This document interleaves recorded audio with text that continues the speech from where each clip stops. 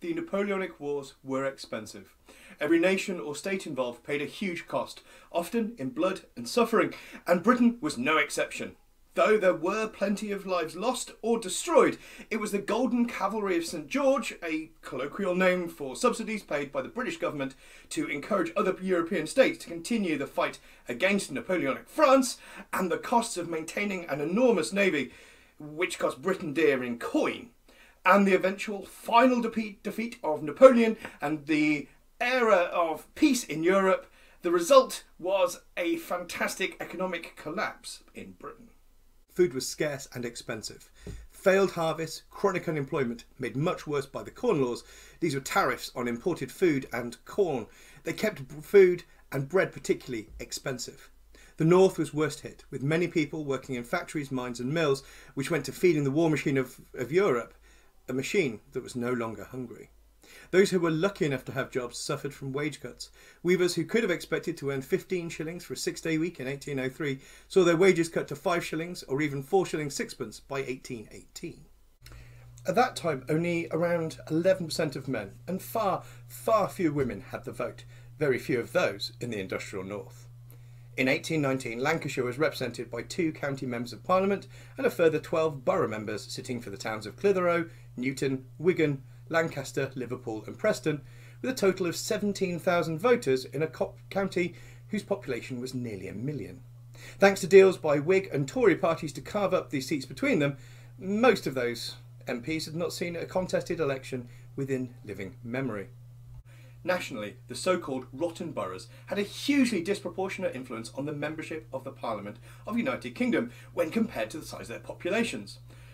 Old Sarum in Wiltshire, with 1 voter, elected 2 MPs, as did Dunwich and Suffolk, which by the early 19th century had almost completely vanished into the sea. The major urban centres of Manchester, Salford, Bolton, Blackburn, Rochdale, Ashton-under-Lyme, Oldham, Stockport had no MPs of their own and only a few hundred county voters.